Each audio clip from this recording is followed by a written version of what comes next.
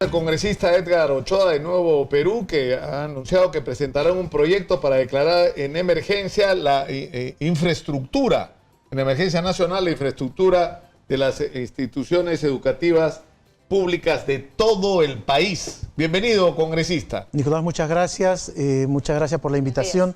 Sí, efectivamente, o sea, de propia información del Ministerio de Educación, aún todavía desde el 2016, y de por propia boca, con todo respeto, del ministro Saavedra, que se veía llenando el discurso todo el tiempo y que hay una brecha financiera o de recursos, es que se conoce que este año, el día de ayer, la educación pública ha empezado con por lo menos, en el caso de primaria, más del 85% de la infraestructura educativa sin condiciones favorables para el desarrollo de los aprendizajes. En inicial, Nicolás, 89% de la infraestructura no está en condiciones favorables para poder promover aprendizajes. En secundaria, 89%. Colegios de alto rendimiento. Ni un solo colegio de alto rendimiento construido. El 100% de la infraestructura del colegio de los colegios de alto rendimiento no tiene condiciones favorables para poder trabajar. Y así podemos identificar cómo es que por encima del 90% todas las instituciones educativas no tienen condiciones favorables para poder desarrollar aprendizajes. 99% de la infraestructura del Instituto de Formación Pedagógica no está en condiciones favorables para poder trabajar. Aparte del equipamiento, acá el general Mora nos hablaba ayer de cómo se tiene equipos de la época de Velasco. O sea que es una cosa increíble para los institutos tecnológicos. El día de ayer, Nicolás, estuve en el colegio Nuestra Señora Merced en San Juan de Lurigancho, en la avenida Canto Grande. Y me quedé muy sorprendido cómo hacían los maestros el esfuerzo por preservar el material que les llegó, los módulos húngaros, que es de la época de Velasco. Ajá. O sea, es impresionante cómo ellos hacían todos los esfuerzos para preservar como material los módulos húngaros. Ahora, ¿cuál es la solución a esta situación que ya, digamos, ya el diagnóstico está claro, esto no da más? ¿No es cierto? O sea, hemos llegado al límite del colapso, simplemente, ¿no? Puede haber una muestra interesante, ojalá inteligente. Hay un nuevo gabinete que podría revertir la situación, la declaratoria de la emergencia de la infraestructura educativa para garantizar que desde los gobiernos locales, ¿no es cierto?, pasando por los gobiernos regionales y el Estado Nacional, puedan darle atención a esto que el señor Vizcarra también usa como discurso, que la educación en el país sea lo primero, que sea lo prioritario. Y ojalá la educación pública, porque tú has visto, Nicolás, que solo en Lima, por ejemplo, ya casi el 30% de la matrícula de los estudiantes es de carácter privado. ¿Es necesario declararlo en emergencia para actuar?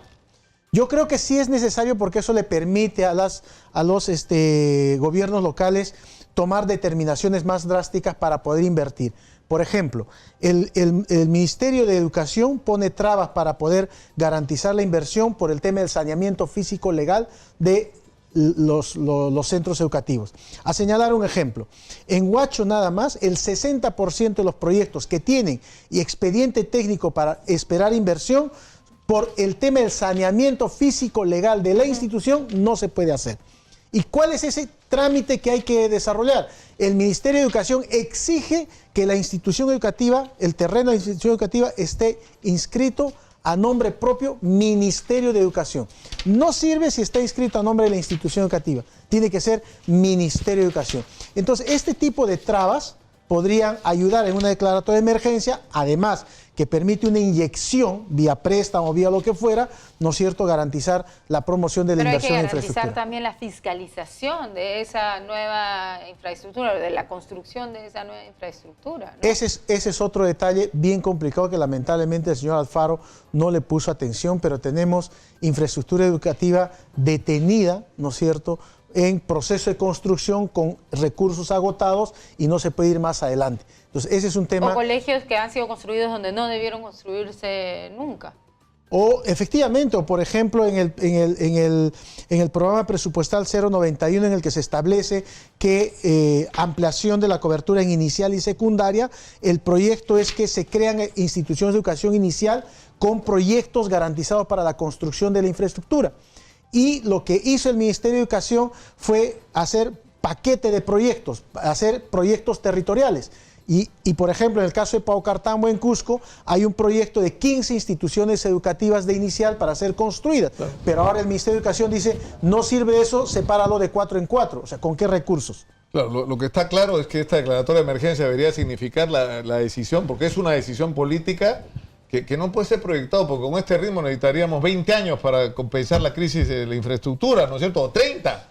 ¿No? Lo que hay que hacer es una inyección multimillonaria en infraestructura, acortar los plazos, ¿no es cierto? Ajustar las medidas de control y hacer urgentemente lo que hay que hacer. Que además sería extraordinariamente activador de la economía, porque eso es estimular la construcción. Exactamente, con todos los controles que tendrían que garantizarse y sanciones que tendrían que garantizarse respecto a actos de corrupción, creo que sí, efectivamente, habla de un país que puede realmente hacer realidad que la educación sea lo más importante para el desarrollo. Muchas gracias a Edgar Ochoa, congresista de Nuevo Perú, por estar con nosotros aquí en Exitosa, en nuestra secuencia Regresando al Colegio. Regresamos al colegio. Llegó gracias a Cuadernos Universal, porque lo bueno no tiene que ser caro.